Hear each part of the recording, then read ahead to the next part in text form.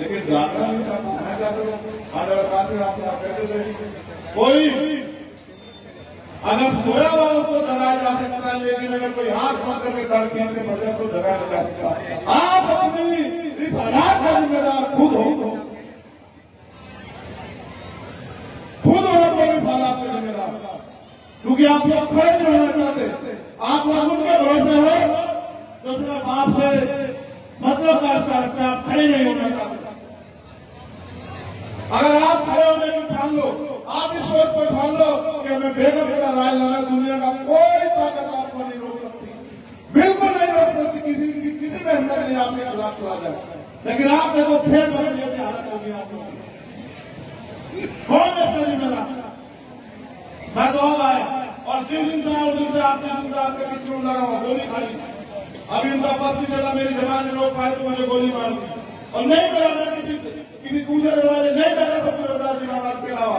तुम लोग जाओ, तुम्हें जाया रहा मैं अपने गुरुओं के अलावा किसी का मक्का नहीं देखता। मैं जिंदा खड़ा आप जानते हो, आपने नहीं देखा हो, जब देखा तो मुझे बताओ। मैं नहीं जाता कहीं हूं, अपने संतों गुरुओं के अलावा मैं ये बर्दाश्त करता हूं कि मुझे वो इतनी हिम्मत देकर रखा कि मेरे हाथ में इतनी ताकत हमारे आंदोलन से आए कि मैं इनके लिए कुछ कर पाऊं। आज ये बच्चे मेरे पैर छूते, मेरे क्या पैर छूते? मैं तो तुम्हारे जैसा मिट्टी का आदमी पैर छू हमारे संतों गुरुओं के, जो अपना जीवन त्याग का, अपने जीवन की सुख सुविधा त्याग करके आपके बीच में आपको रास्ता बनाने लगे। मेरा क्या है? मैं तो आपसे पैदा हुआ, मेरे क्या पैर छूगे? मगर ये बताओ, मेरे हाथ में आपको देने को है क्या? तुम्हें क्या है मेरे हाथ में देने को? अगर मेरे हाथ में देने को होगा तो आपकी झोलियां खुला नहीं मुझे आपको नहीं एहसास। हमारे लोगों को आदत है दूसरों से हाथ मिला के मांगने की, तुम्हें हमें दे दो। जिस दिन आपकी अपनी ताकत होगी, किसी का हाथ नहीं फैलेगा किसी के सामने। लेकिन मैं तो डरने का थक गया, मगर क्या करूं? सुबह कुछ और होते हैं, शाम को कुछ और होते हैं। वो जो मैंने सबसे सुंदर बात आपसे कही थी, अगर ये समाज अपने महापुरुषों की बात पे पैसा देने वाला होता कि रविदास जन्म के कारण में हो न कोई नीति और नर को नीच बना इसे ओछे करम की प्रीत, आप सत्संग को बंद में दारू पी के घूम रहे हो, शर्म नहीं आती आप लोग?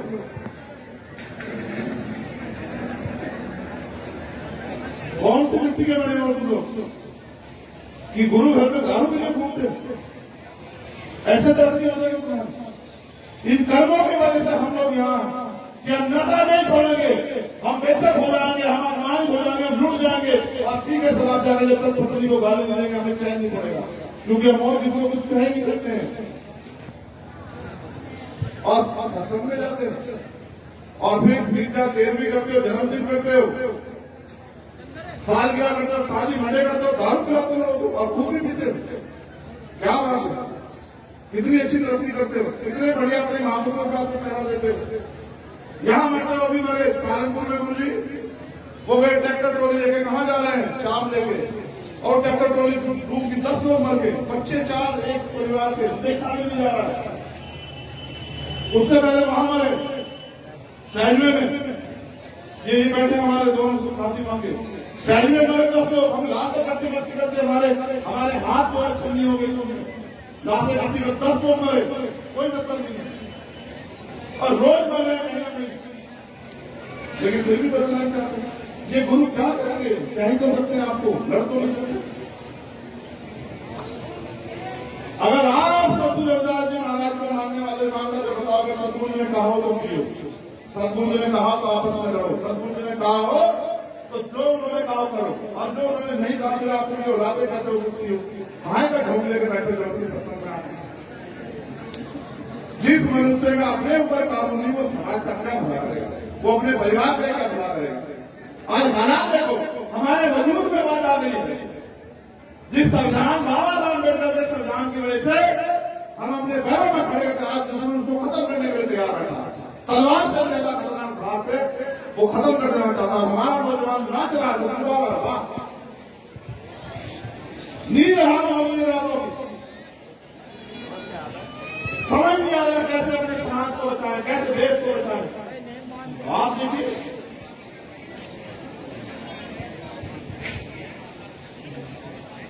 अगर व्यक्तिगत मुझसे मुझे देने के लिए कहोगे तो मैं फोन करके कपड़ा दे दूंगा, लेकिन उससे आपको कोई भला नहीं हो सकता है। कुछ नहीं बदलेगा आपकी जिंदगी में।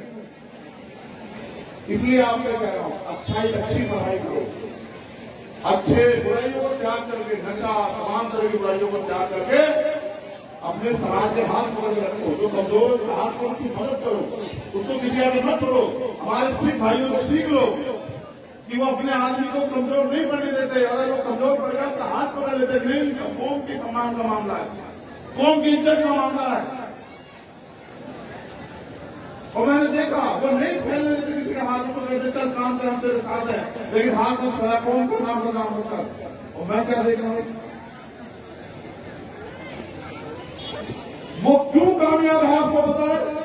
मेरे साथी जो मेरे साथ आए उनकी पगड़ी क्यों ऊंची आपको पता है? क्योंकि वो अपने गुरुओं की बात कर रहे हैं वापस। और जब तक हम अपने बात करोगे, अपने गुरुओं की बात को नहीं करोगे, हमारी पगड़ी ऊंची नहीं हो सकती। वो अपने गुरुओं की मान मर्यादा में खड़े हैं, वो अपनी पगड़ी की लाज रखना जानते, वो अपने गुरुओं की बात से नहीं होते और हर कीमत चुकाने के तैयार। इसलिए कम संख्या में होकर भी वो देश में अपनी मां, अपनी बहन बेटियों के अपने काम धाम की सुरक्षा कर पा रहे हैं। इतने संख्या हो गए और रोज अखबार पढ़ते हैं कि आज यहां मरे, आज वहां मरे, आज ये कर दिया, वो कर दिया। क्या करें? मेरी बात को सुनो और घर में जाके पढ़ के सो जाओ, फिर से कर सकता जीवन जो कुछ नहीं होगा। आपको याद रखना मेरी बात। आते रहेंगे लोग, समझाते रहेंगे, कहते रहेंगे, लेकिन जब तक आप अपने आप को नहीं बदलोगे कुछ नहीं होगा। कहां तो हल्ला मचा रहे है क्या आपके पास हल्ला मचाने? जिसके पास कुछ हो वो तो हल्ला मचाए, कुछ है भी नहीं और कुछ खाना भी नहीं, तो हल्ला मचाते के बैठ जाओ, बैठ जाओ, बैठ जाओ। समाज वो होता है जो एक इशारे में काम करता है, और जो अपने नेता के इशारे में जो समाज काम करता है वो कभी किसी आगे नहीं झुकता, कभी नहीं झुकता किसी के आगे। वो जो इशारे को समझता है, जो बात को समझता है, जो बात के मोड़ को समझता है, कभी वो समाज किसी आगे नहीं झुकता। और कुछ दिन और इंतजार करो, हमारे साथ हम लोग लगे हुए हैं, कितनी मुसीबतें सबका सामना करने, लेकिन हम सब गुरु रविदास जी महाराज के बेगमपुरा राज को इस देश में लाते रहेंगे, किसी भी कीमत के पीछे नहीं रहेंगे। अब हमारे जैसे हजारों लोग भी बलिदान हो जाएंगे तो शिकायत नहीं करेंगे, क्योंकि ये काम ऐसे इन्होंने बाणा अपनी मर्जी से धारण किया है, किसी दबाव में नहीं। हमने नीला पटका अपनी मर्जी से धारण किया है, हमने किसी का जोर नहीं। 16 महीने में जेल काटी। और आप जानते हैं सब लोग, कोई एक साथी नहीं बता किसे कहा कि बेल करा दो। बहुत बैठते हैं महात्मा जी 16 महीने, एक रात ऐसी गुजरती थी जैसे महीने गुजर रहे। कभी नहीं कहा। हजारों मेरे साथी यहाँ होंगे तो मुझसे मिलने जाया करते थे, मेरे लिए आंदोलन करते थे, मेरी माए बहने, कभी नहीं कहा। और ये एक उम्मीद से जिंदा हूं आज मैं इस बात के साथ कि कभी तो मौका मिलेगा कि इनके लिए कुछ करने का, तो ऐसा कुछ करके दिखाऊंगा कि जिंदगी भर याद रखो, इतिहास में लिखा जाए कि कोई कुछ करते रहे। एक यही तमन्ना आप जानते हो, वरना जो लोग हमारे फोन में चलाते हो जानते हो, कोई दिन ऐसा नहीं कि मैं देश के किसी कोने में नहीं लड़ रहा होता। कोई दिन ऐसा नहीं, कहीं ना कहीं समाज को जागरूक करने का काम करता हूं। विचार में बहुत बड़ी शक्ति है। आप तलवार से एक आदमी को मार सकते हो, लेकिन विचार से आप हजारों लोगों को तैयार कर सकते हो और बहुत कुछ बदल सकते हो। बहुत बहुत धन्यवाद। जय भीम, जय भारत, जय गुरुदेव।